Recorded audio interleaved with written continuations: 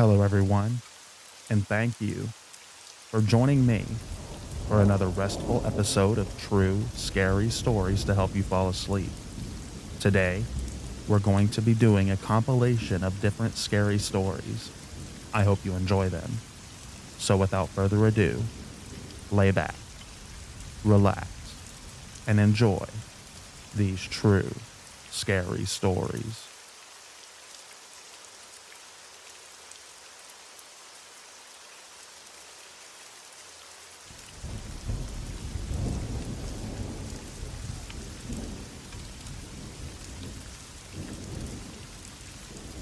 I've always been super creeped out by this experience, and I've thought a long time about posting it. But it wasn't until I told one of my friends this story that they pointed out that this might be a Men in Black type story. Anyway, here we go. It was my middle brother's 10th birthday party, so this was 2006. And the woods I grew up as my backyard was Seneca Creek Park, which is also where Blair Witch supposedly took place. My brother's birthday party was pirate themed, and I guess my mom had given us chocolate coins for treasure. I don't really remember why, but all the boys at my party, myself and my mom, walked through the woods before having cake. My youngest brother Jesse, 6 at the time, told me when we got back to the house that he left his coins by the bridge in the woods. That part of the woods was where a fork came in the path. Left was the bridge leading to a walking trail, and right was deeper on the path headed near the creek. So I decided I would go and find his coins, and told him to come with me. Oddly enough, my mom warned us not to go, but we still did, and for some reason she let us. The bridge was about a 5-minute walk from the bottom of our hill that was our backyard. We walked into the woods and everything was normal, just like it was when we were there with the group. We finally made it to the bridge, and I found Jesse's coins right away. I was bent down, and Jesse was behind me, and I looked up while grabbing the coin, and there's a man in all white with a white-brimmed hat.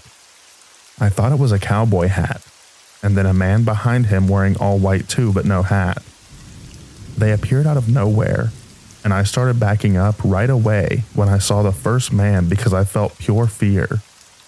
He saw me scared and backing off, and he said, "I don't bite." That's when I told Jesse to run, and I was screaming run and we ran home. I didn't even check to see if they were following us, but we ran all the way out of the woods and up the hill screaming, because the group plus my mom were on the back deck. And I knew that if the men knew people were listening for us, maybe they wouldn't chase us. We told the boys and my mom what had happened, and my mom said, "See, I told you so." And that was it. It was so scary, and they truly came out of nowhere. They just appeared. My brother remembers this just as vividly as I do. Has anyone ever encountered men in all white in the woods? I never really knew what all this meant, but it was so creepy, and this is probably the best place to try and figure it out. Thank you for reading this far. I'll try to answer any questions.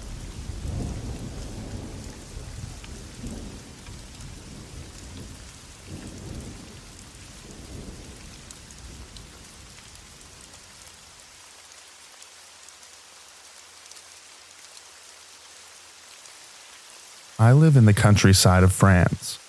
My village is settled at the top of a hill and surrounded by forests and crops with no stores nor a bakery. My parents' house is near 2 farms, and behind the garden there are large crops. These are essential elements to the story. The bathroom's window overlooks the garden. Before my parents built a veranda, there were curtains, so every time I closed it when I was going to the bathroom, which made my family laugh. "Why are you closing it? No one's watching you." I was like, "We don't know that. It's just in case." Then the veranda was built, and my dad got rid of the curtains and put strips on the window. I got worried, because I love to know that I have intimacy when going to the bathroom, and I even showed my parents that when we were standing at the end of the garden, we can see us in the bathroom. Of course, they laughed. You're just being paranoid. Weeks passed, and then I noticed a tractor being parked just at the end of the garden. Every night the tractor was there. My parents also noticed it and thought it was weird. We have lived there for 20 years, and it has never happened before. Sometimes we felt like we were being watched, but we shrugged it off, thinking that we were just being paranoid. My dad came to talk to the farmer to get rid of the tractor, and then it disappeared for a while. Today, I was smoking outside, and my mom came up to me and told me, "I think you're right. We are being watched." Yesterday night, I was going to the bathroom, and the tractor was parked in front of the garden with its headlights illuminating the bathroom's window. I turned the light off and went to the veranda and took a picture. Then he left. I'm glad that I was right, but worried because I don't know how long he or she has been stalking us in the bathroom. What are your thoughts on this? Thanks for reading.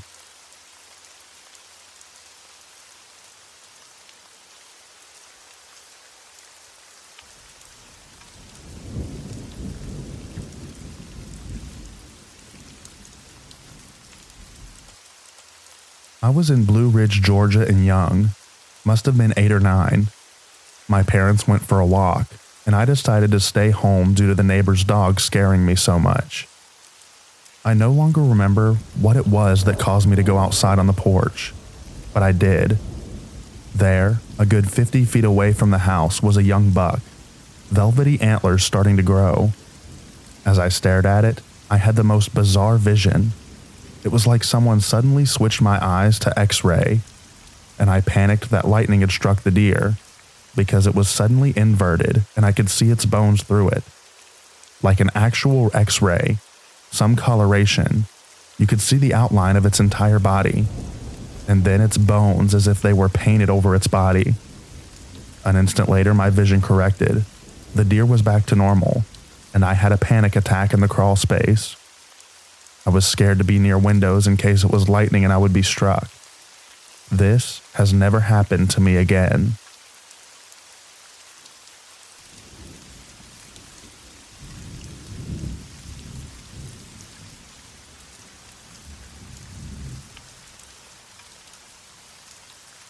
Before I start, I want to acknowledge that it's likely that this was just a mountain lion.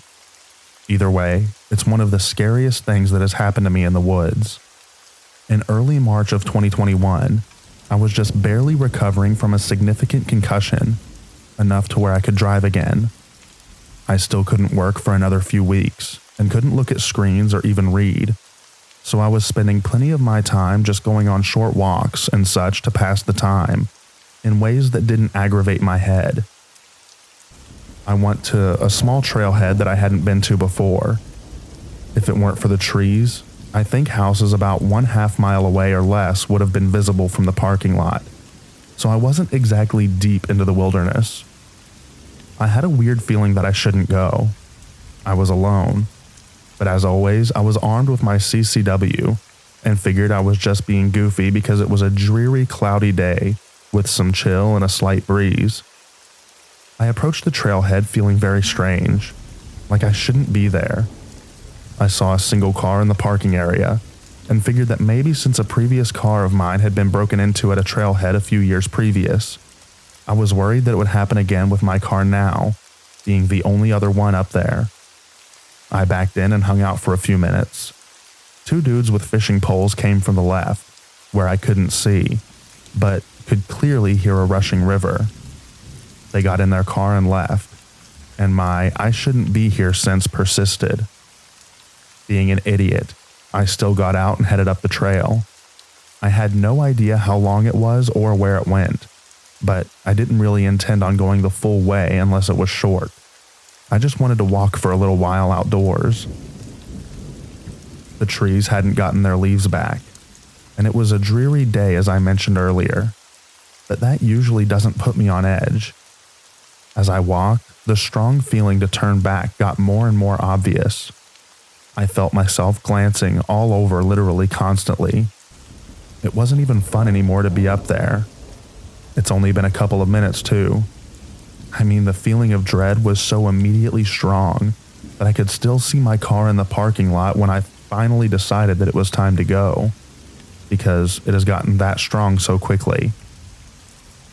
I turned around, hand on my pistol in its holster, and stopped to listen. A few seconds after I turned around, I heard a big footstep off to my right. It was a big snap of a branch that had been on the ground already, maybe 25 to 30 yards away. I'm not sure if it matters that the branch was already on the ground, other than I know that it wasn't deadfall.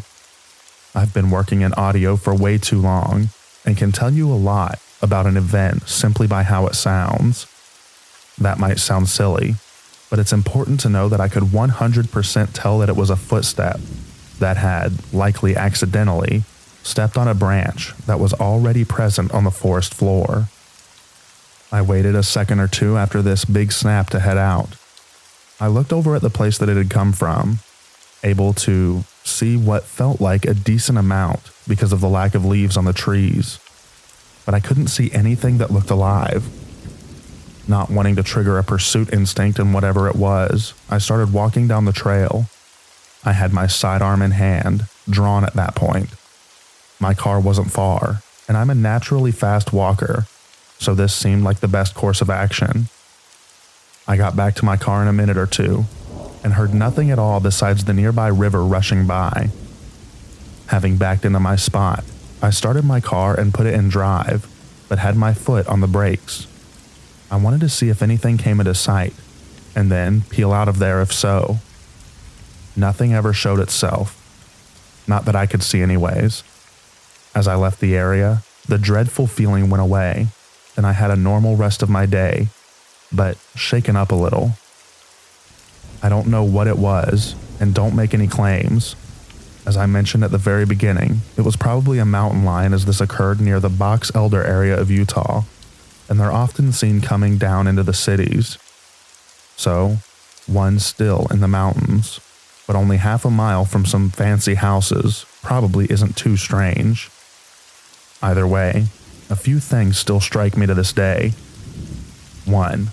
Whatever it was, clearly knew that it had revealed itself when it stepped on the branch, and was smart enough to recognize that I immediately looked in its general direction as a result. The fact that something saw me notice its mistake, and that I still saw absolutely nothing in turn during the middle of the day, still freaks me out.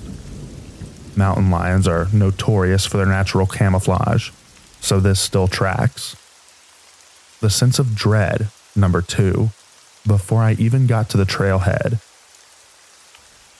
I felt this a few times, as you might see in my other post in r/The Truth Is Here. But even then, I didn't feel the same dread like I did here on this little trail. I knew that I was going to be in danger, then ignored that, and then knew there were eyes on me by something that I couldn't see myself. Then that instinctual knowledge was confirmed when there was very clearly a large step taken among the trees to my right. I've had a handful of stories similar to this one that are also 100% real things that have happened to me that I think I'll try to post someday. I keep running into similar situations because I keep going out when I have the sense that I should not. Maybe someday I'll learn.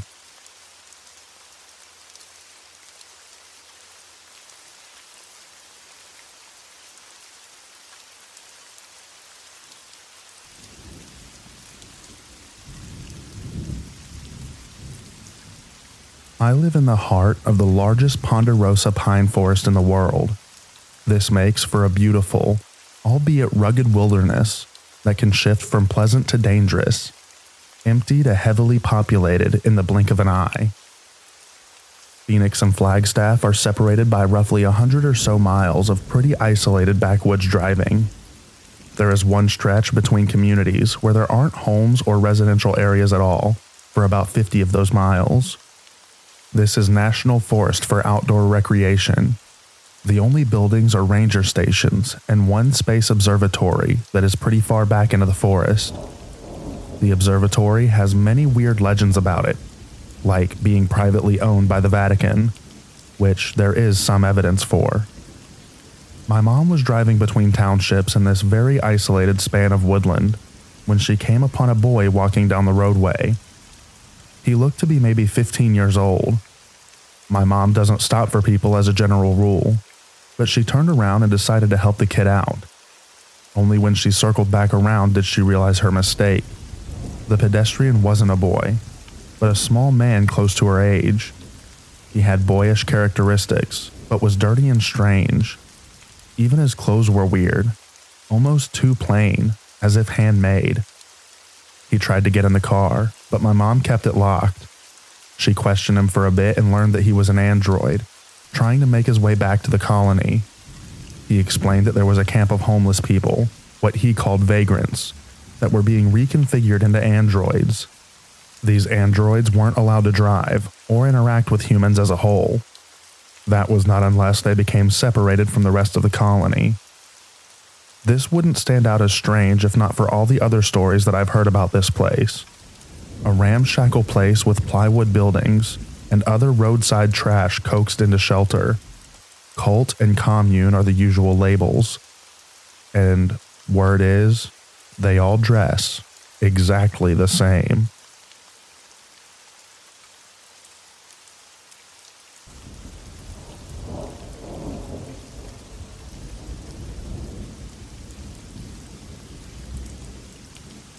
In late summer of 2019, I'd say maybe a couple of miles away from Montello, I was walking down in the woods in Marquette County, Wisconsin.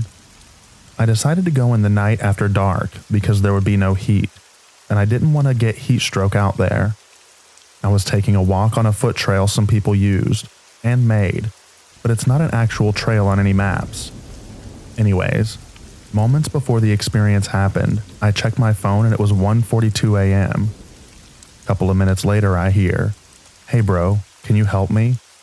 from a direction I was facing, and I said, "With what?" They said come closer, which made me choose to run back down the way that I came. And yes, I got chased down and heard, "I need some help, bro." Funnily enough, a deputy was driving by as I floored it out of there, as the dude hit my car with a knife, scratched my truck a bit, and dented it. This happened in September. No, the deputy did not do anything, as I don't think that they really cared.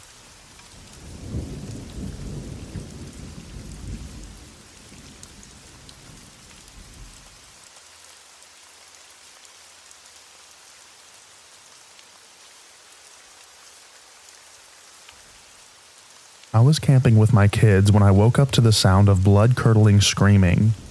It was my own kids screaming. They were pointing at the tent door. The zipper was unzipping, and a tiny hand came in and was trying to pull my backpack out. I forgot that there were raisins in it. Raccoons. My kids were terrified of raccoons before this happened, so their screaming was intense.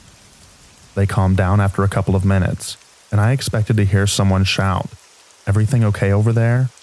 or for a park ranger to walk up, because there were lots of campers in sites nearby, and my kids were screaming bloody murder, like straight from a horror movie. But no one checked on us. I imagine maybe they were all laying there too scared to move, in case they were the next ones to be murdered, and that maybe they are still wondering about the screaming ghosts or unreported murder to this day.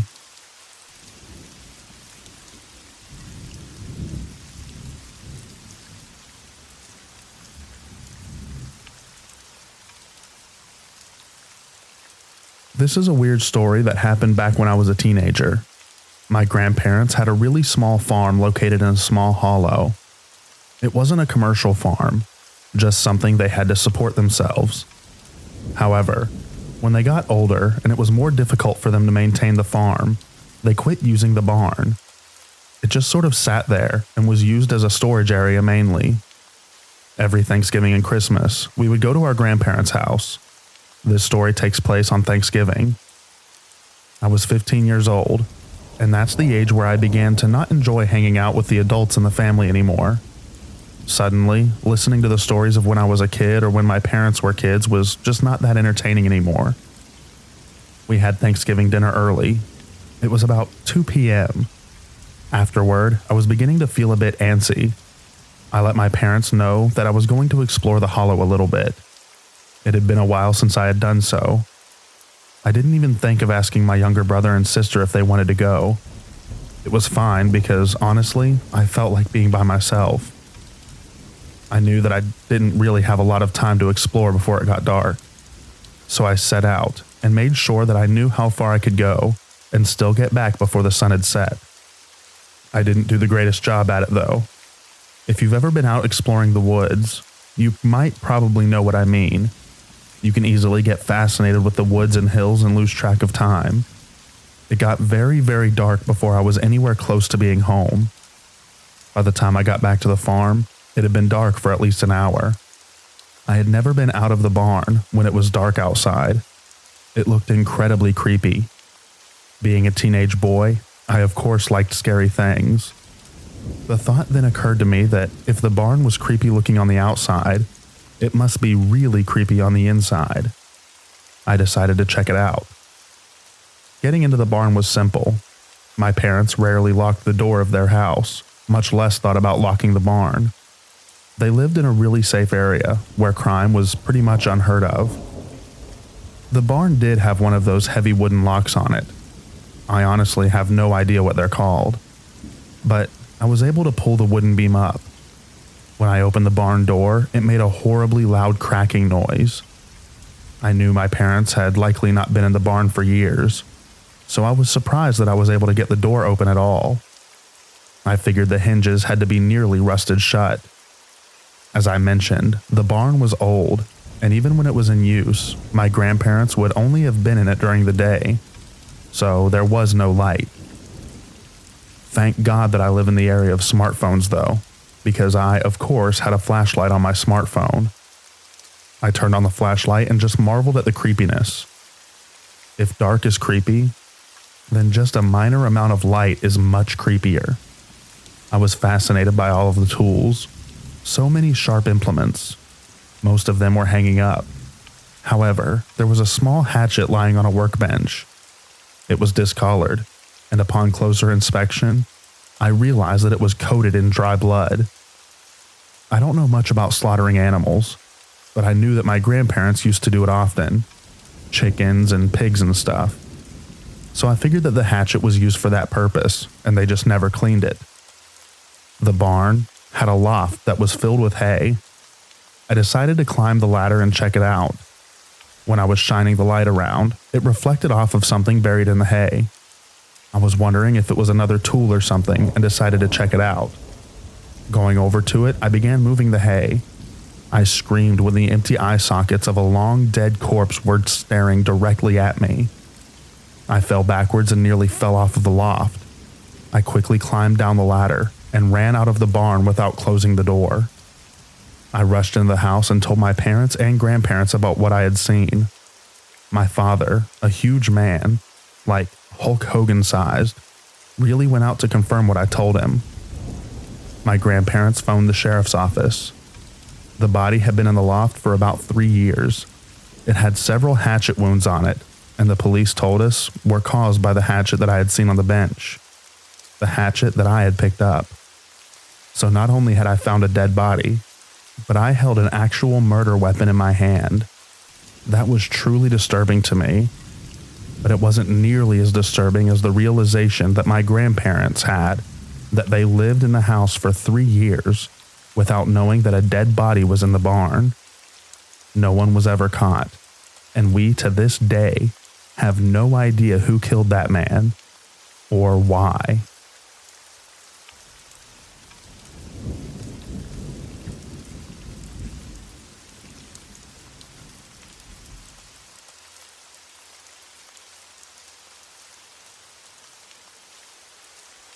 I thought that going to college right out of high school was intimidating. I came from a small town, went to a huge college with an enrollment of over 50,000 students. It was crazy to me how active the campus was all of the time.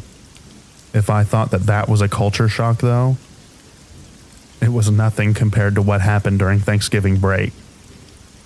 I didn't have the kind of money to be able to go home, so I remained in my dorm room alone during the break.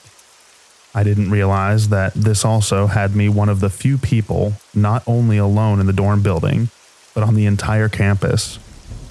What had so recently been just a metropolis of people became a barren wasteland. If the loneliness wasn't enough, a snowstorm hit the night before Thanksgiving. I recall waking up in the morning at about 7 a.m.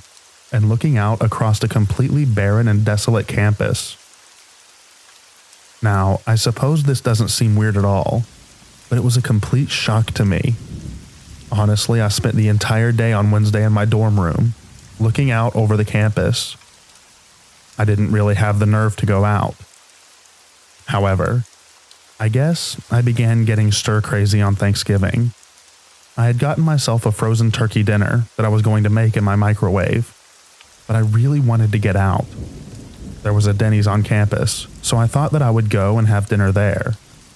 The dinner went fine, but I was uneasy because there was another guy in the restaurant who wouldn't stop staring at me. It made me really uncomfortable. I normally like to take my time in a restaurant, but I couldn't bring myself to do that here. So immediately after I was done, I left. Walking home, I nervously kept looking over my shoulder. It didn't take long before I noticed that the guy was following me, and he was walking faster than I was.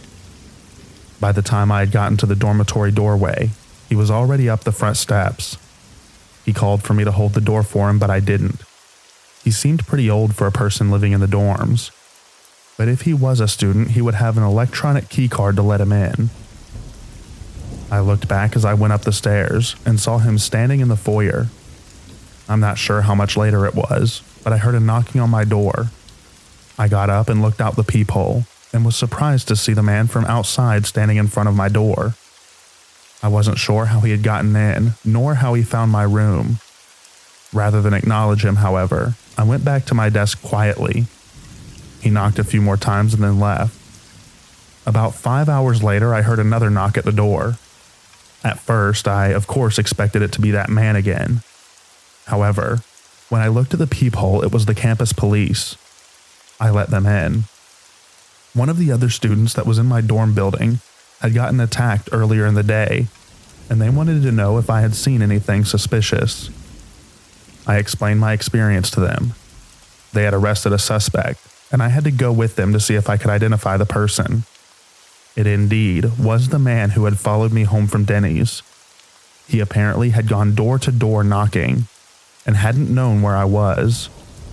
He eventually came across someone who opened their door, and the person who did paid a terrible price.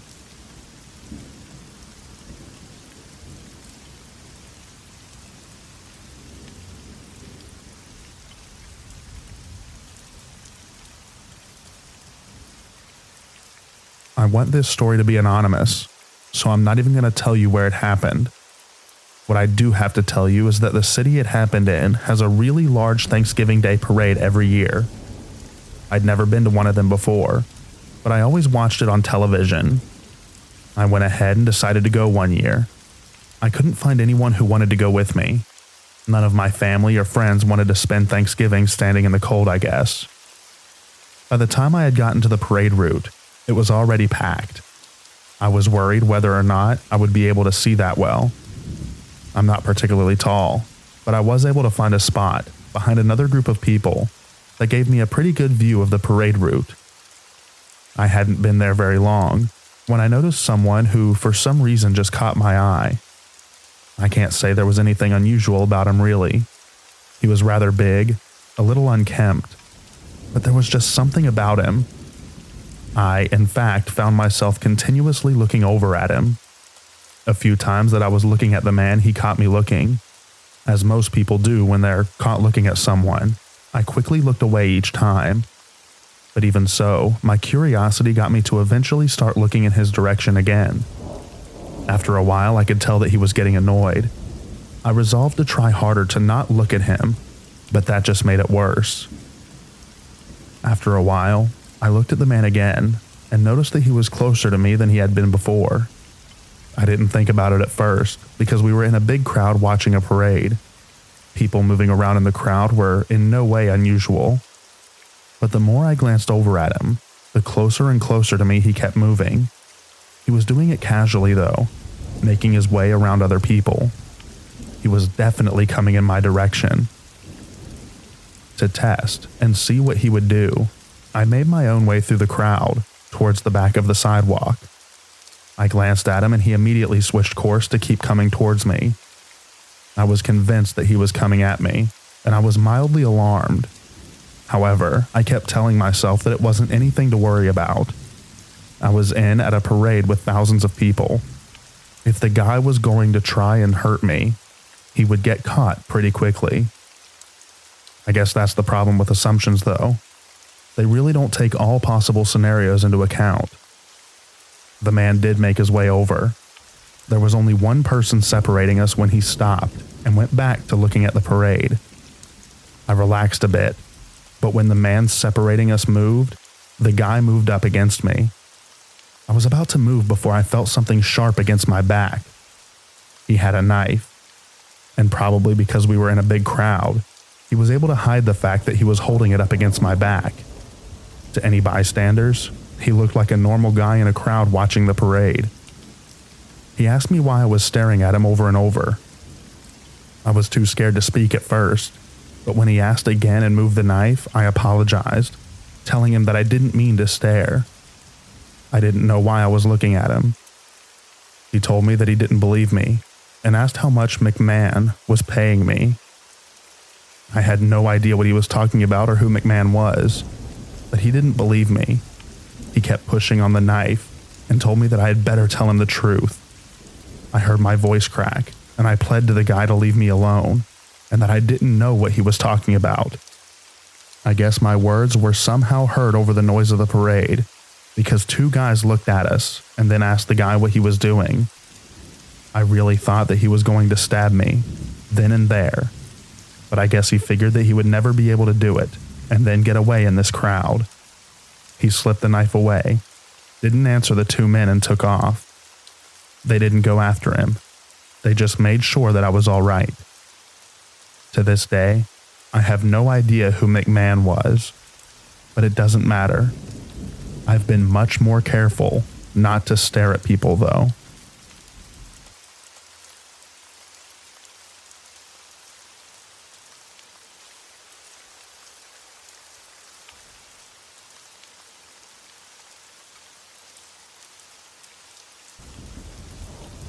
My grandmother ran over herself with her SUV on Thanksgiving. I was on my way to the festivities when it happened, so I don't know the exact details, but she was getting out food from the back of her SUV, put it in neutral instead of park, and it slowly ran her over. The craziest part is that my family, who was all inside, didn't notice until they heard a bump against the house. The SUV made 3 loops before hitting the house. She ended up being fine, but now isn't allowed to go outside alone anymore on holidays. This story is now an old grandma moment in our family.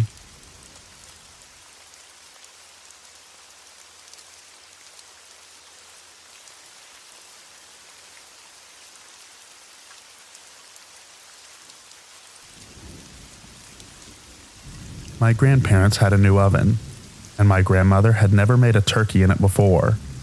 The turkey drippings somehow caught fire, and the kitchen filled up with smoke. We called 911, but by the time the fire department arrived, my dad and grandfather had put out the fire. So, when the firemen arrived, there was no more fire. They were really nice and understanding. My grandmother was mortified. My drunk aunt tried hitting on all of the firemen, even though she had a good 25 to 30 years on them. My cousin and I just stood in the front yard drinking beers in silence, watching it all play out. Fortunately, the turkey was fine, and dinner proceeded normally once everything settled down.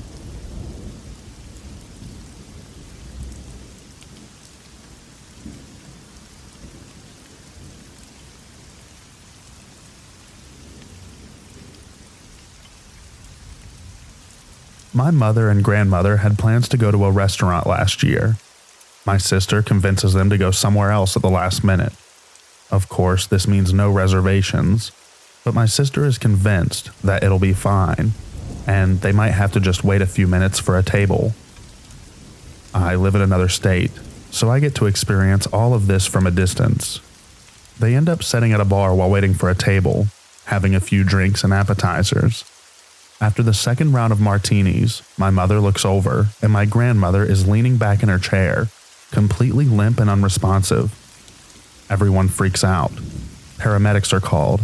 Grandma is rushed to the ER. I'm 1,200 miles away when my mother calls to tell me what happened. At this point, Grandma is at the ER still unresponsive. Crazy low blood pressure and high heart rate.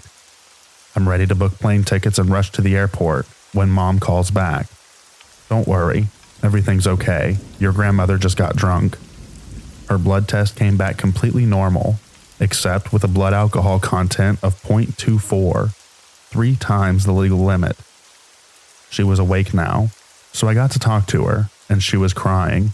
I'm so sorry, I've ruined Thanksgiving. I assured her that she hasn't ruined Thanksgiving, and that everyone is just happy that she's okay. So, my grandma is 90 years old, about 4'8" and 100 pounds. She hadn't eaten anything all day because she knew that they were having a big dinner. She also ordered another martini while no one was looking. So the second martini was actually her third. This turned into the perfect storm of really drunk grandma.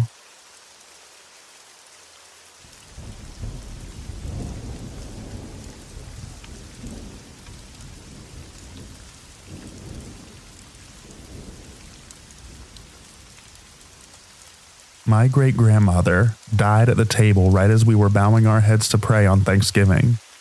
She had been slowly dwindling in health, so the whole family gathered together figuring that it was her last Thanksgiving. Little did we know how right we are. Her kids, their kids, and their kids' family she hasn't seen in years. About 20 people all gathered around with her pushing up in her recliner. Food is stuffed on the table, and we bow our heads to pray. She was devoutly religious. Before we dig in, as we raise our heads and open our eyes, we find great-grandma slumped over, tongue lolling out dead. As someone started compressions and another person called an ambulance, my youngest cousin dug into her meal completely unaffected by the dead body. Anyways, a nice memory for Thanksgiving every year.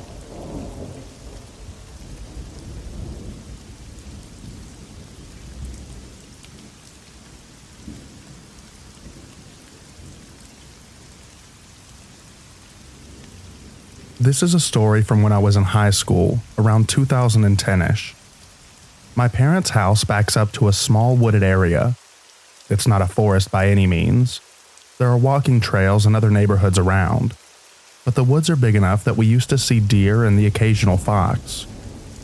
There was also a small creek that ran through it, and I used to spend time in the fall/winter poking around back there when it wasn't obscured by brush. I found what I assume was likely a deer path that ran all the way up to my old elementary school, which was about a block away via roads, but using the deer trails took about 10 to 15 minutes. I was back in this area fairly often, which is why the following story was so weird. I went down to the creek one day and followed the trail like normal, but this time I found a partial deer skeleton at the end. The head and the front legs were missing, but the rest was still there, and there was no flesh at all on the bones. They were stripped absolutely clean, and the bones were still a bright white. At the time, there weren't coyotes in the area like there are now, and I'd seen a bobcat once when I was little, but they definitely weren't very common. To this day, I have no idea how that skeleton got there or what happened to it. It was too clean to be a predator kill. And that also doesn't explain why the front half was missing. I got so freaked out that I never went back into those woods again. This took place in a residential area, not a hunting ground. It could have been a predator kill, sure, okay. But I'm positive that that thing wasn't killed by a human, not with houses and an elementary school literally across the creek.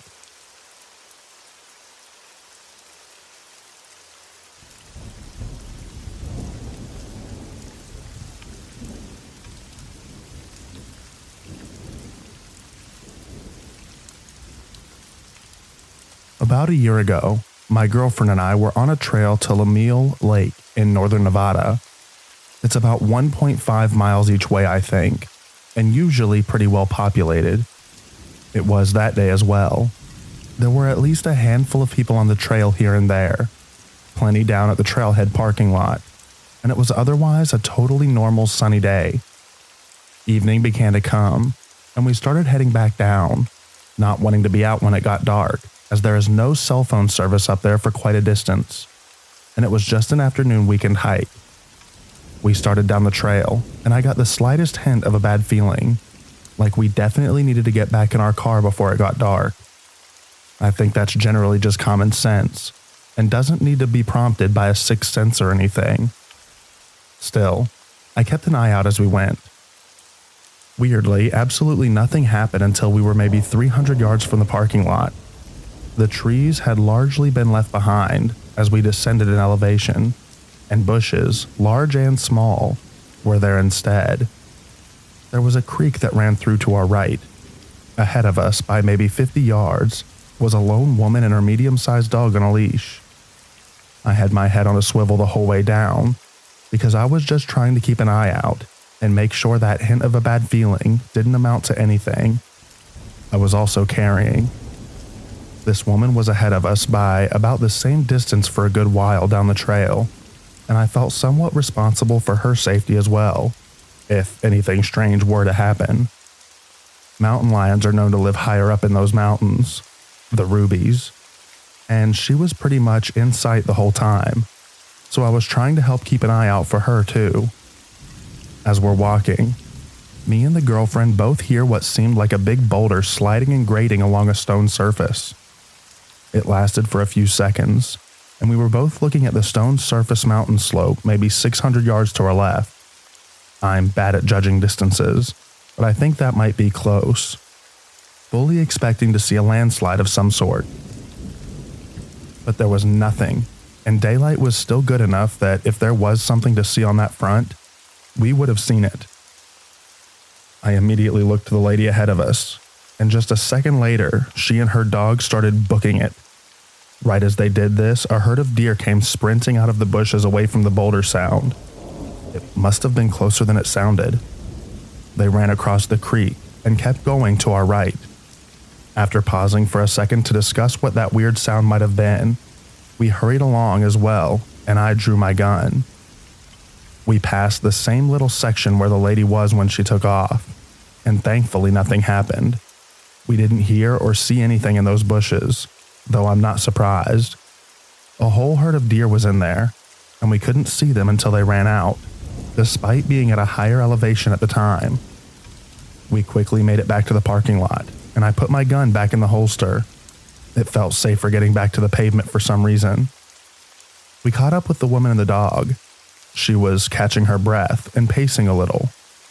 We asked if she heard that weird sound, and she said that it sounded like a loud bouldery sound. And then off to her left, directly close by, right where the deer came running from, she distinctly heard a big low growl after the boulder sound, and then she heard the deer coming and ran to get out of the way. The deer probably would have just run right into her if she hadn't moved. Watching this happen from a ways above and behind just a minute or two previous, they came out onto the trail right where she had been a second before. We determined that it may have been a mountain lion. I'm all for believing that, but I still have two questions. One, why did I get the feeling that we needed to leave, even subtly, around 45 minutes before anything strange happened? And two, why and how did whatever it was make a big sound of a boulder scraping along? Not tumbling, but sliding. Very different sounds. And then there was a clear growl heard by the woman, but not by us. I think that indicates that there was something absolutely in those bushes, but I'm very confused about the bigger sound. I doubt the same animal made a huge boulder scraping sound. It sounded like it was sliding down the mountainside, and the deer didn't run, and then that same creature made a normal growl sound from the same place, and that was what scared the deer off. I don't know what I believe about this, but it was certainly a strange experience. Also, this was one of the few times that me and my girlfriend had been on this trail together and never had any strange experiences. I myself had been there several dozens of times over the course of many years, and also had never experienced anything remotely weird, even towards the nighttime.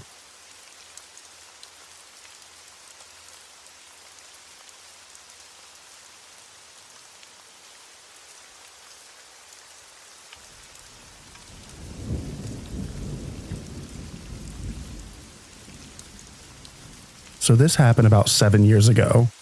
I was around 19 or 20 and I was a scout leader. We had a camp in a forest. The nearest city was about 10 to 15 minutes drive. Every year in July, we would have an international scout camp. Scouts from different European countries would join us. I was in the preparations team, and we would go around 2 to 3 weeks in advance to clean and put the tents up. In the preparation team, we had around 20 people. 10 to 12 men, and the rest women. We were all in our late teens or early 20s.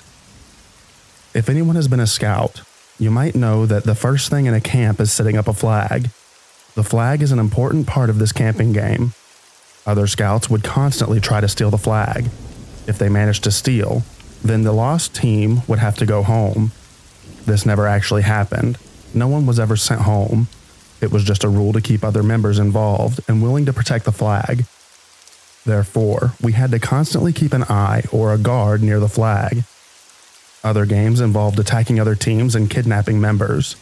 All fun and games, nothing violent or harsh. It was fun and made us to be alert 24/7.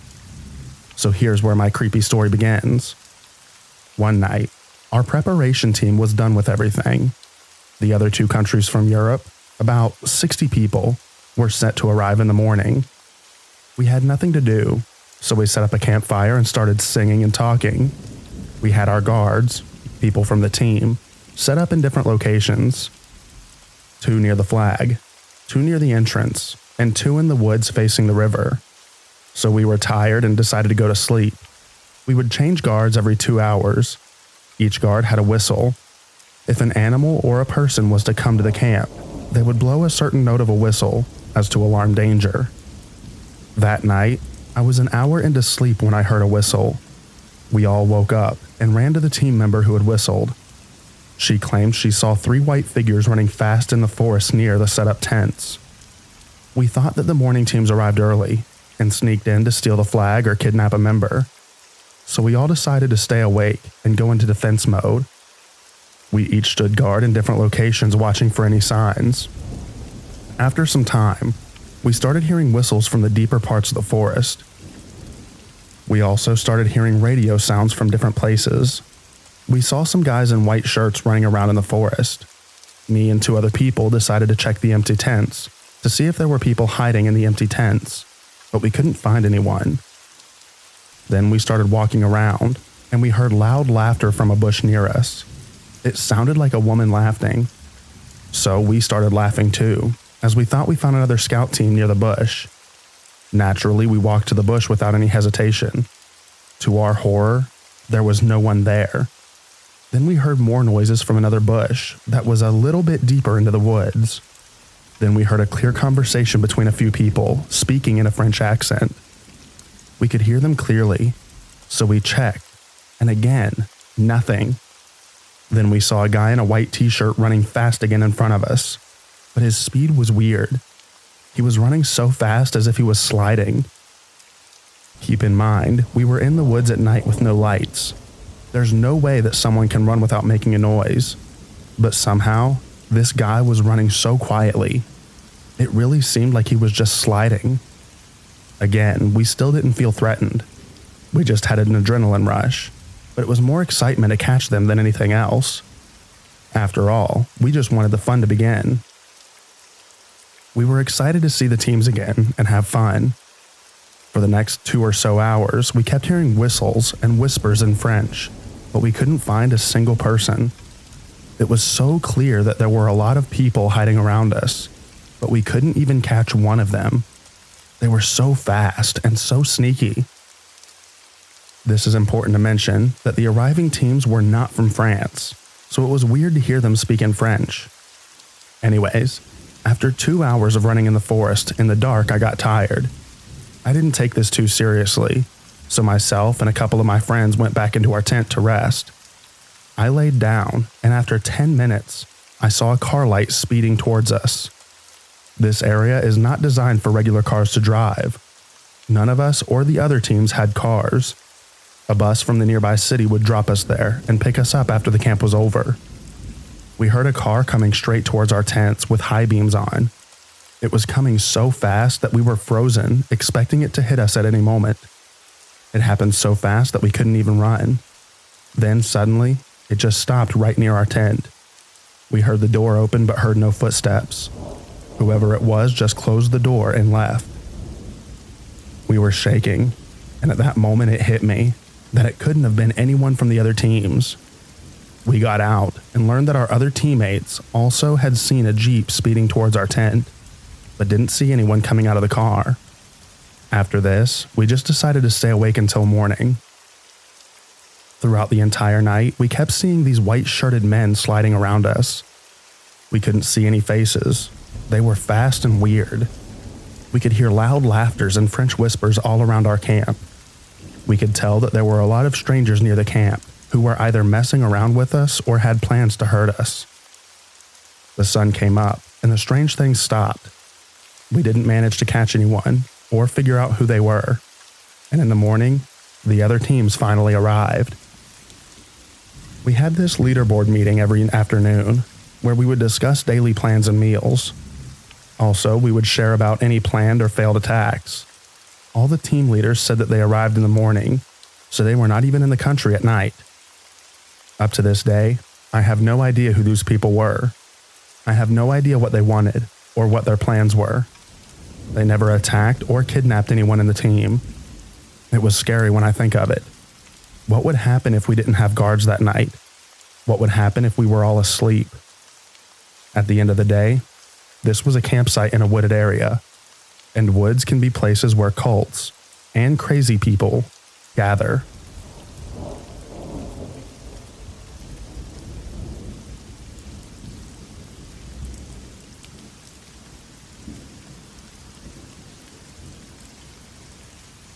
I was doing a property inspection in the winter as the sun went down. I do basic CAD drawings of properties for title companies, so I have to measure all the buildings and show where they set, show driveways, easements, and whatnot. This property was an abandoned pig farm in the middle of nowhere, with a house and a number of large farm buildings. The house was left with the doors standing open, and being curious, I stepped in and looked around. I had an immediate feeling of repulsion. There was an odor that was off, but that wasn't it. I just knew something bad had gone here, and I left to start measuring. It was getting dark. When I measure buildings, I have a measuring wheel and have to keep my head up to see when I'm parallel with the end of a wall. So I was hurrying through the work when I tripped on something and fell in the snow. I had a headlamp on, and in the snow, staring up, eyes open, not a foot and a half from my face, is a frozen dead dog with an obvious bullet wound on the side of its head. I actually let out a gasp/scream thing that was pathetic. It scared the ever-loving crap out of me.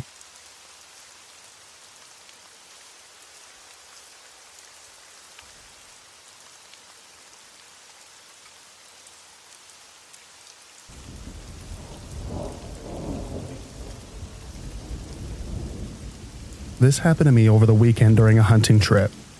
I spent last night trying to Google and figure out what the heck I saw. I haven't found anything that doesn't seem like conspiracy craziness, so I'm open to any suggestions. A family friend has a few hundred acres in Tennessee. Once a year, my dad, uncle, and myself, and the guys in the family that own the land go on a week-long hunting trip. They have a cabin and a trailer tucked away at the edge of the mountain that we stay at during the week. There is no running water, and we use a generator for lights during the evening. Phone service is non-existent out there. The nearest town is Murphy, Tennessee, which is about 50 minutes away by car. Typically, we get out to tree stands/ground blinds at around 4 a.m., and then come back to the camp around 9-ish, grab something to eat, and nap. and then head back to hunt until sundown. All week, my uncle and I hunted the same plot. It was on the east side of the property and took about 20 minutes by four-wheeler. We would park the four-wheeler in this big clearing, and then the ground blind I was hunting from is another 15 minutes or so by foot. It's a rough 15 minutes too. I basically walk along this ridge line on the side of the mountain, and the blind is set just inside the underbrush of a tree line that overlooks an opening at the start of a river. My uncle was hunting in a blind that was a little closer walk and probably 30 minutes away from me. We hunted the same spot Sunday through Thursday. Thursday evening, we were all drinking beer and hanging out by the fire. My uncle, having not seen anything all week, wanted to go to the plot my dad was hunting. It was a 30-minute walk from the camp. You don't even need a four-wheeler to get there. I had killed a deer the first afternoon there and seen a bunch of does that evening right before sunset, so I wanted to stay where I was. So Friday morning after we hunted, I helped him pack up his blind and ride it out to the plot that my dad had been on and helped him get set up for that evening. I took the four-wheeler by myself that afternoon and continued hunting the same ground blind. Same thing as I had done all week. Everything was fine. Nothing out of the ordinary. Until Saturday morning. I had gone out by myself again that morning and had watched a bunch of deer that crept up right before the sun started coming up. They were a bit further than I wanted to shoot, and when they got closer to the edge of the river, they weren't big enough or were too young for me to justify shooting. I watched them until they retreated back into the woods, and at this point, it's probably 8:30 a.m. or so, and the sun is fully up. Now, this is an embarrassing one for me, but oh well. Having spent almost an entire week packed in this trailer with two other guys and no privacy, I decided that I was going to have a little fun before I went back to the camp. Every hunter has done it. I don't care if you admit to it or not. Now, I'm sitting there doing my thing, and even though nobody ever walks up while you're hunting out there, I'm still on high alert, making sure that I don't get caught by one of the guys while I'm doing this. I'm laid back in this chair inside of the blind, basically one eye looking in front of me, and every now and again peeking behind me through the mesh to make sure that no one's coming. That's when I started hearing crunching. I knew it was people's footsteps, and I could tell that it was more than one person. It was to my right, and the mesh of my ground blind and underbrush kept me from being able to see who it was. I calmly got myself ready and quietly leaned up so that when my uncle or whoever it was came up, I could act like I was just sitting there hunting. Keep in mind, we are so far out in the sticks that it never even occurred to me that it could be anybody other than someone that I was hunting with. I listened to them walking, and finally, I slowly stood up and poked my head through the blind and peeked over the underbrush. It was 4 people walking towards the river in a line. They were wearing these black cloak-looking clothes, like something they wear in Harry Potter, with these furry hats that covered most of their faces. It looked like some weird cult, but the guy in the back of the line was completely naked. He looked disgusting. His hair was curly and way too long, and he had a big beard that looked nasty, like it had a bunch of leaves and stuff in it. I'm bundled up with hand warmers in my pockets because it's like 25 to 30 degrees out. This guy had to be freezing. No shoes either. This is thick underbrush that we're talking about walking through. Rocks jutting up from the ground and stuff. No sane person is out there barefoot, much less completely naked. The guy had to be 115 pounds too, just completely unhealthy looking, like these people that had been keeping him prisoner or something.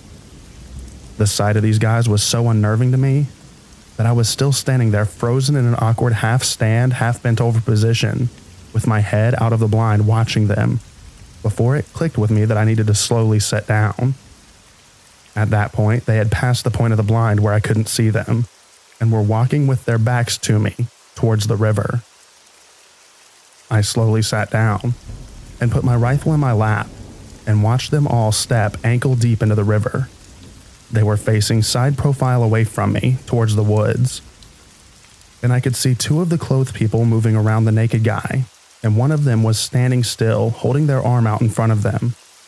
I got the nerve to look through my scope at them, and it looked like 2 of them were washing the guy with the river water, and the other one, holding their arm out like a chain or something. The one holding the chain was talking, but way too far for me to hear any of it. After a few minutes, the two doing the washing stopped, and all three of them held hands around the naked guy and started moving in a circle around him while he just stood there staring ahead. They did this for at least 5 minutes.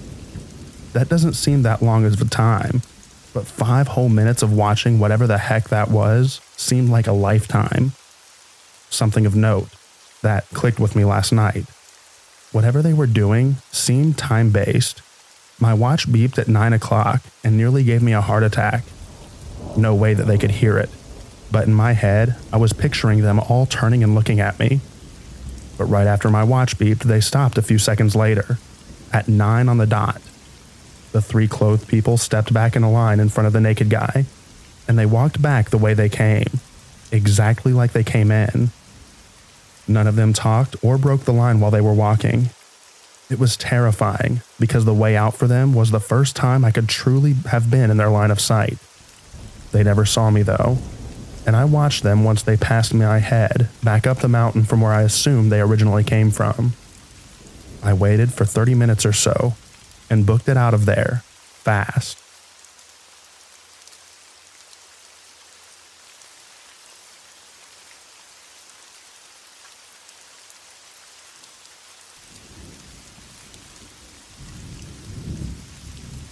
This story takes place in Navarre, Spain.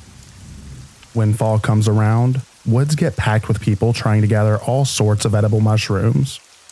It's a pretty popular thing to do in Spain, since they can get pretty expensive once you purchase them at any grocery store. Anyways, he goes all by himself, like he's done multiple times. But after a couple of hours, notices that he can no longer recognize where he is. It's getting dark, and there's no service at all, so he's screwed. He starts panicking.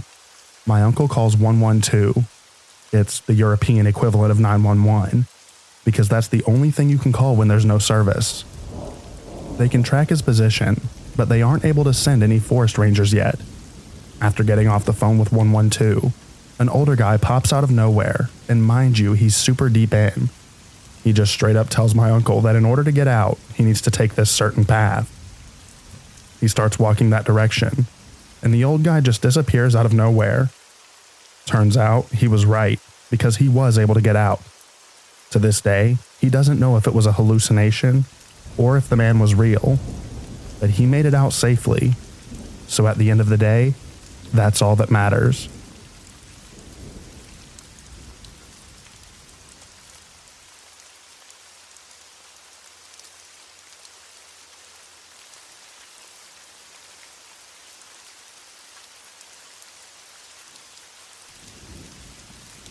Out back of my neck of the woods is an old dirt road. It's hard to access unless you know how to take a turn down another old road that runs around the back of the coal mine that I work at. Anyhow, if you follow that old road until you get to a T intersection, you can either turn right out to Hale Creek or left, which will take you out to Mount Coulon. Now, Mount Coulon isn't much of a town anymore. It's an Outback pub and that's it. There used to once be a town there, but everyone upped and left once the railway line got moved to the coast. That was the only reason the town existed for so long. Or, for as long as it did. It wasn't the start of the town, though. Way back in the early 1900s, gold was found in them there hills by a prospector named Thomas Coulon. He staked his claim and settled there with his family. Some local aboriginals found him and his family living on their land, and weren't too happy about it. So they attacked his home, throwing rocks through the windows and antagonizing him. Well, Thomas went out and shot the lot of them, all dead, then in a fit of grief over what he had done, sat down on his porch and unalived himself all over the wall behind him. Fast forward to the year 2021. I was working out at Hale Creek Mine at the time on the maintenance crew. I'd had a big 7 nights of 12-hour shifts and had very little sleep. I had left my mining camp the following afternoon, still not feeling the best, but set out for the long drive back home to Moranbah. Anyhow, dusk came along, then nightfall. I was driving for what seemed like forever, trying to make my way back home. I was constantly looking out for the turnoff on the old back road that ran up behind Gunyella Mine, but it never came. I kept on driving and driving. Hours went by.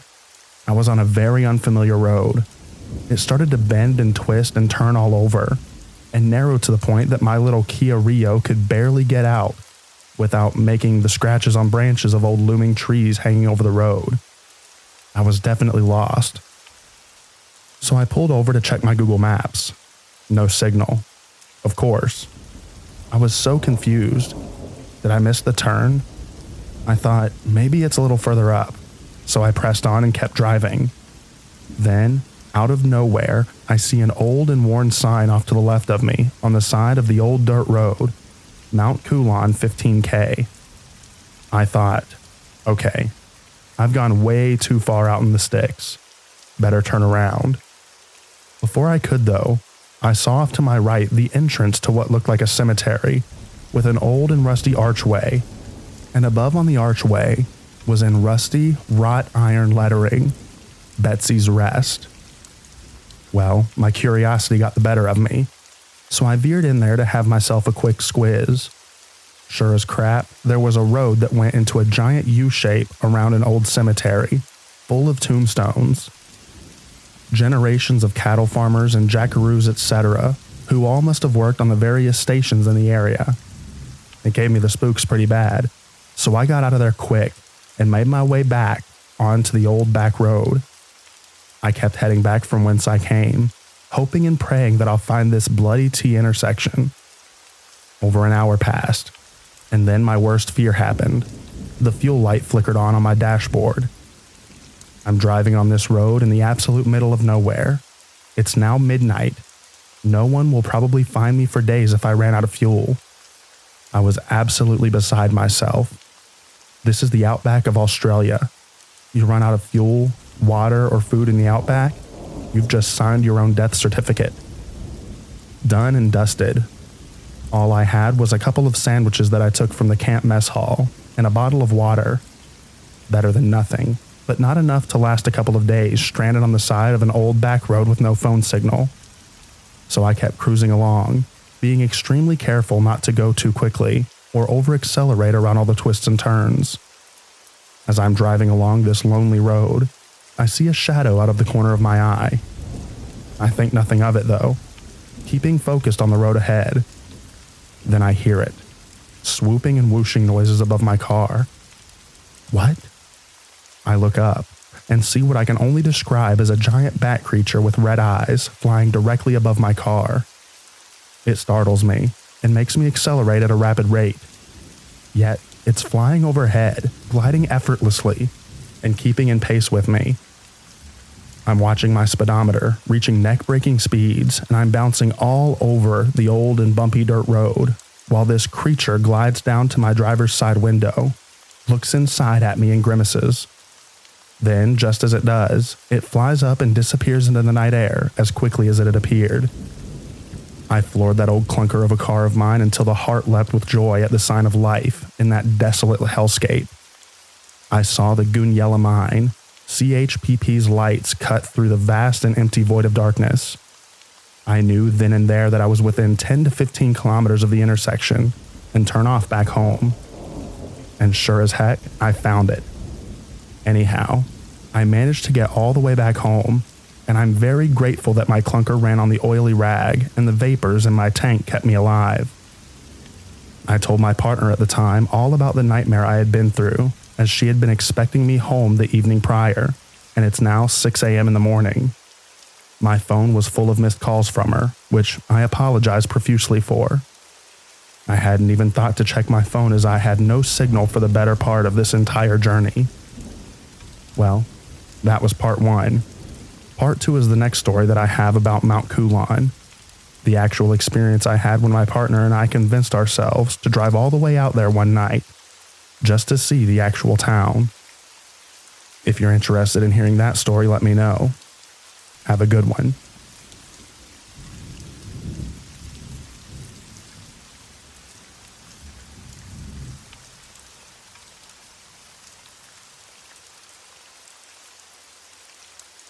Mount Coulon, Part 2. Months had passed. I kept having recurring nightmares about that vile winged creature. It had entered my dreams. I woke up one night sweating in bed. My heart rate was racing. My partner asked what's wrong. Again? I had just been waking her up super late at night when I would have this horrible nightmare. This whole situation had impacted me. The desolate hellscape would reemerge in the dark nights, plagued by the old Outback road menacing my demise with the off chance that I would make one wrong move and come undone escaping that creature.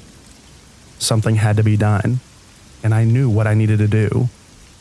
You see, I'm a man that'll openly admit that I can't overcome anything in life unless I face it head on. That's the only way I know. No use sticking your head in the sand and pretending things will just go away. So I spoke with my partner, and after much discussion, we both agreed that we would go back and investigate the back road to Mount Coulon and investigate the town itself.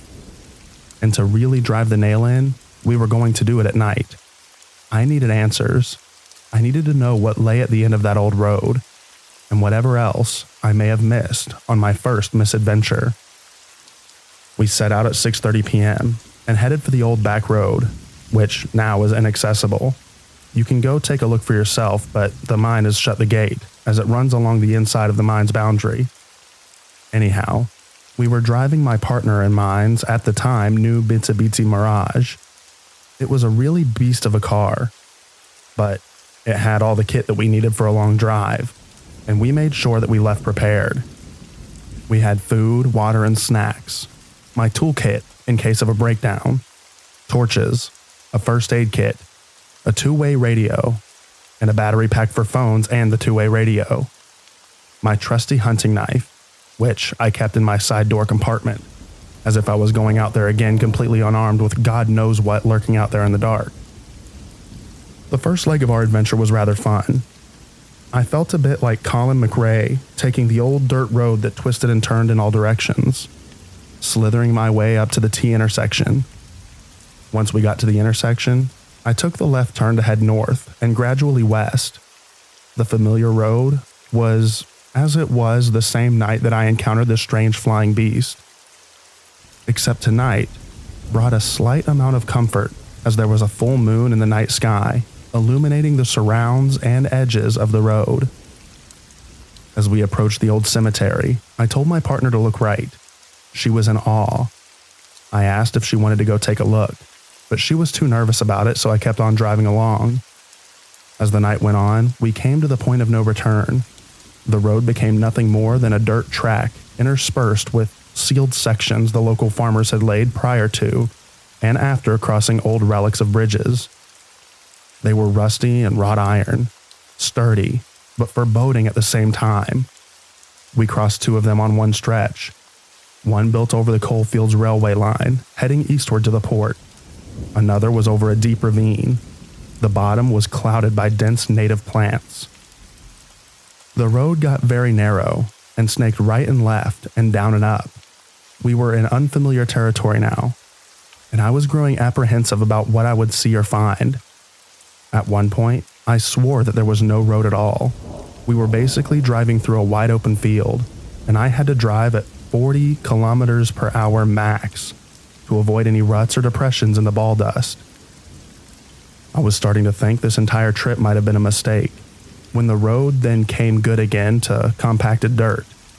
A random sign appeared off to the right of the road, stating that we were now deep in Aboriginal land, and that was how it would remain until the ends of its time. The drive went on and on. Hours had passed. Were we any closer to our destination? For reference, I switched the car's function from Bluetooth headset to radio to scan the FM/AM for any signs of life. Nothing. I thought, well, I'll check again in an hour. An hour had passed, so I checked again, scanning. A muffled and distorted voice emitted through our car, and then the sweet sound of music. It was AC/DC's Highway to Hell. How befitting, I thought to myself. I said to my partner, "Right, love. Check the signal on your phone now." She replied, 2 bars. She immediately checked Google Maps. I parked the car in this small spot of salvation while it loaded up. According to Google Maps, we were approximately 30 minutes away from a fork in the road, one way heading west out to the Never Never, another heading towards Mount Coulon. Good thing we checked. So we headed onwards, and sure enough, there it was, the fork in the road. No signage indicating which way to go, just one road slightly more compact than the other and wider. So we kept true to the road that we were on, and then came a faint glimmer in the distance, a faint yellow light on the horizon. As we approached the light, it developed into a service station, off to the left of the old dirt road, with a storefront that looked completely empty save for a cash register on the countertop.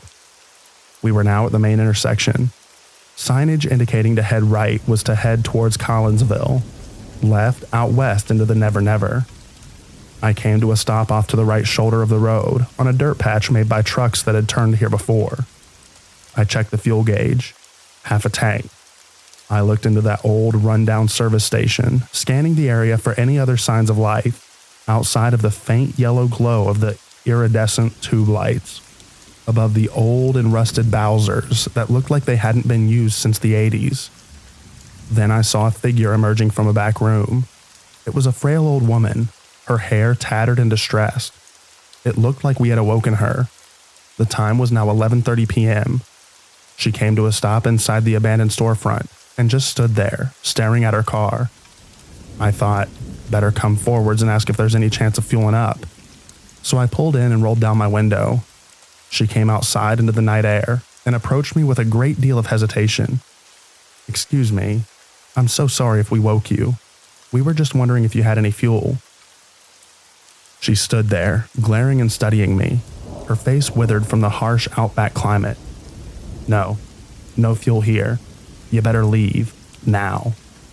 Something felt off. There was a tension between us. And so I said, "Okay, thank you. So sorry. We'll leave now. Thanks again anyhow, and sorry again." So I wound the window up and got out of there. We drove around the old pub in the center of what was once the town. It had multiple V double road train tracks parked all around it, almost like they were protecting the pub itself with a wall of steel and rubber in the desolate darkness. A picnic table with a tin roof cover appeared on the right of the massive loop road, the only road in the entire area that was sealed, and even it was rather narrow. Thanks for reading. I'll post part 3, our return trip, directly after this.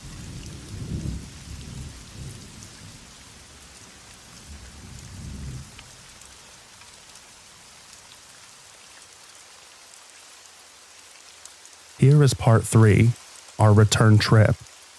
In part 2, we had discovered the heart of Mount Coulon, an old Outback pub / general store / post office. The most notable thing that I'll say about this pub is that it had an amazing veranda. It fully encompassed the exterior ground level and was solid hardwood varnished. Whoever owns the pub has taken great care to preserve it, as it's all that really remains of the town bar, the old petrol station converted into an old couple's new home. Anyhow, where we left off. As for lighting, what lighting? This place was clearly not welcoming after dark, albeit for 2 streetlights in the entire area that glowed faintly, only illuminating small patches of the loop road. You definitely wouldn't want to be out there with no headlights. We did the brief tour of all that was out there, then made our way back towards the road back home. My partner said hold up, so I came to a stop, again, off to the side of the road back out to the Maramba. She had just discovered on Google Maps a quicker way back home. This would take us out on that old dirt road, out west in the fork in the road. However, as you continue down that road for 50 kilometers, you'll come to another fork in the road. Taking the leftward track will take us to the Gunyella Road, which then headed back home. "Good on ya," I said to her. So on we went. The Mitsubishi ran on an oily rag too. It was only a little 4-cylinder powerhouse like my Kia Rio, so I felt confident that we'd make it back. On the drive back, it was another long and slow slog. At some points, I'd have to slow to 20 kilometers per hour, to make it around tight bends and twisting and turning through the roughened thoroughfare, which went wide open cattle farming properties. Then, at points, the bushland would thicken around creeks and runoff areas, and you couldn't see a meter off the sides of the road. After taking the leftward turn, in what was a slight fork in the road, we made our way homebound, and then it happened. A large creature came bounding out from the dense bushland and right out in front of our car. I came to an abrupt stop, and there in our headlights was a massive cow. It looked at us, then took off back into the bushland. I was a little stunned. That was close. Too close. So on we went back home. The rest of our journey was rather mundane, to say the least. The only exception was an interesting stretch of road that had been well sealed and snaked through dense bushland. I was impressed by the craftsmanship of how well compacted it was. Then suddenly we were back on dirt road again. Hours on, and we made it to the Goonyella Road. Intersections with lighting signaling the turnoffs to local mines and explosive factories that make the bomb products for them, and so on and so forth. The usual akin of the cold fields. Then we made it home as the first light of morning emitted from the horizon. Pulling into our driveway, we both looked at each other, shrugged as if to signal, what the heck was that all about? Then got out of the car and headed inside. It's a strange feeling out there. It's the desolation, I think. The lack of. It's what really drives the tension, I guess. Any moment can be fraught with demise, but it gave me the closure that I needed to put the rest, the monsters in my head. Whatever I saw that night, when I made that near-fatal misadventure, will remain a mystery. And maybe that is for the best.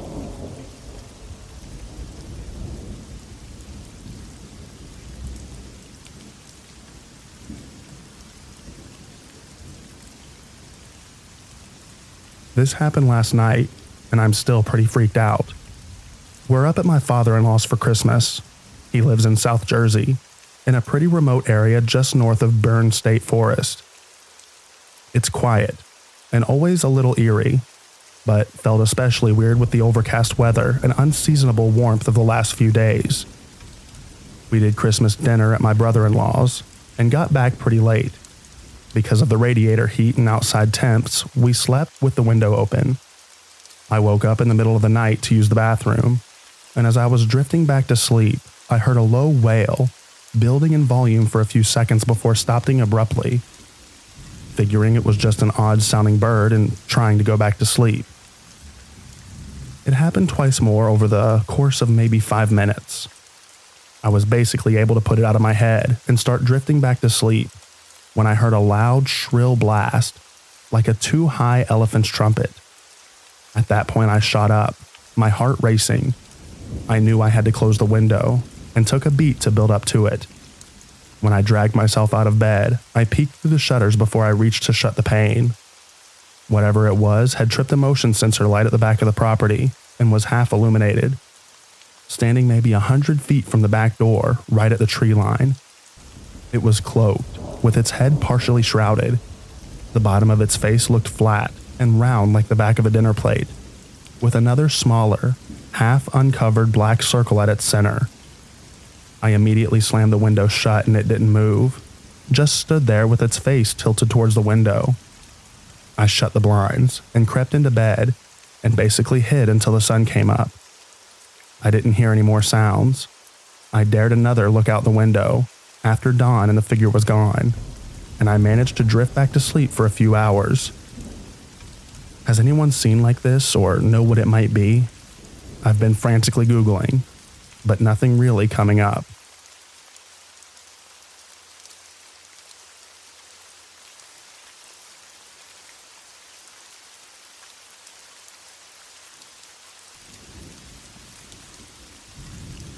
This happened many years ago, when I was about 10 or 11 years old. I wouldn't describe the area that I was in as backwoods necessarily, but it was a wooded 100-plus acre ranch. The land is in the southwest part of the United States. My family owns the property, and we have family reunions every year, and all stay for about 5 days to camp. There's an area of the ranch where we all set up camp and cook and eat.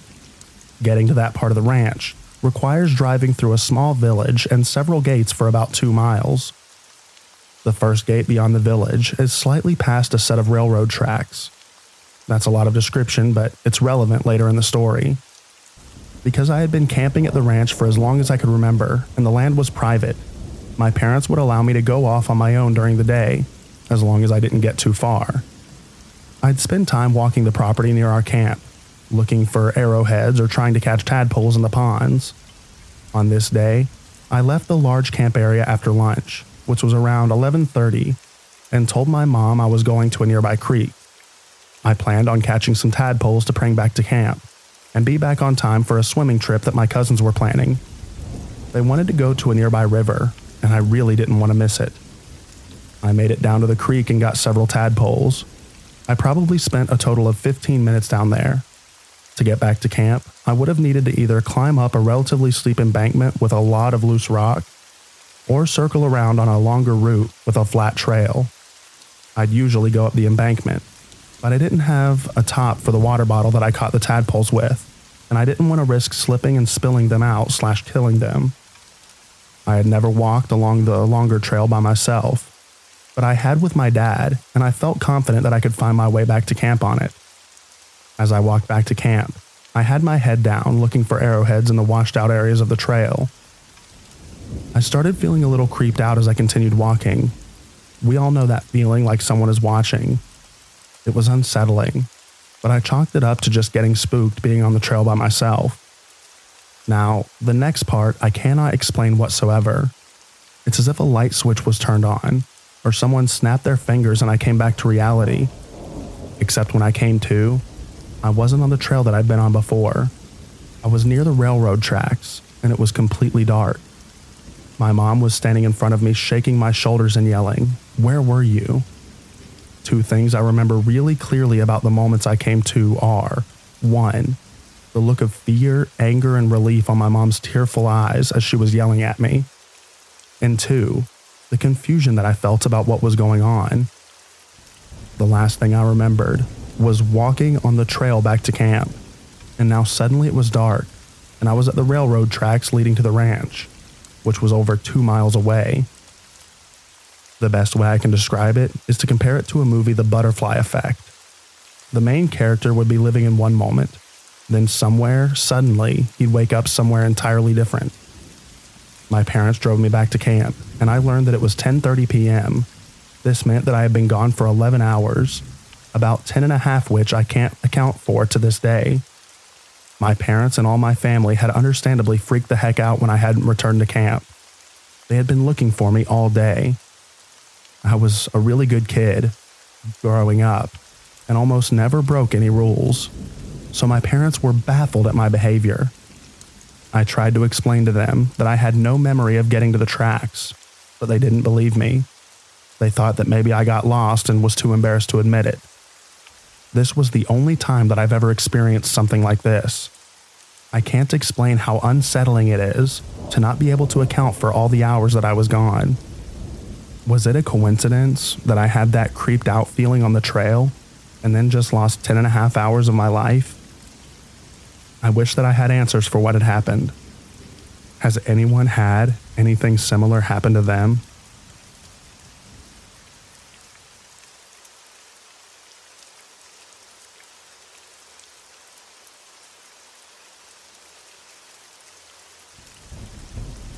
Thank you so much for listening to all of the stories in this video. I hope you enjoyed them. I also hope that you enjoyed the thunderstorm sounds at the end. Have a good night's sleep, everyone, and I'll read to you in the next video. Bye-bye now.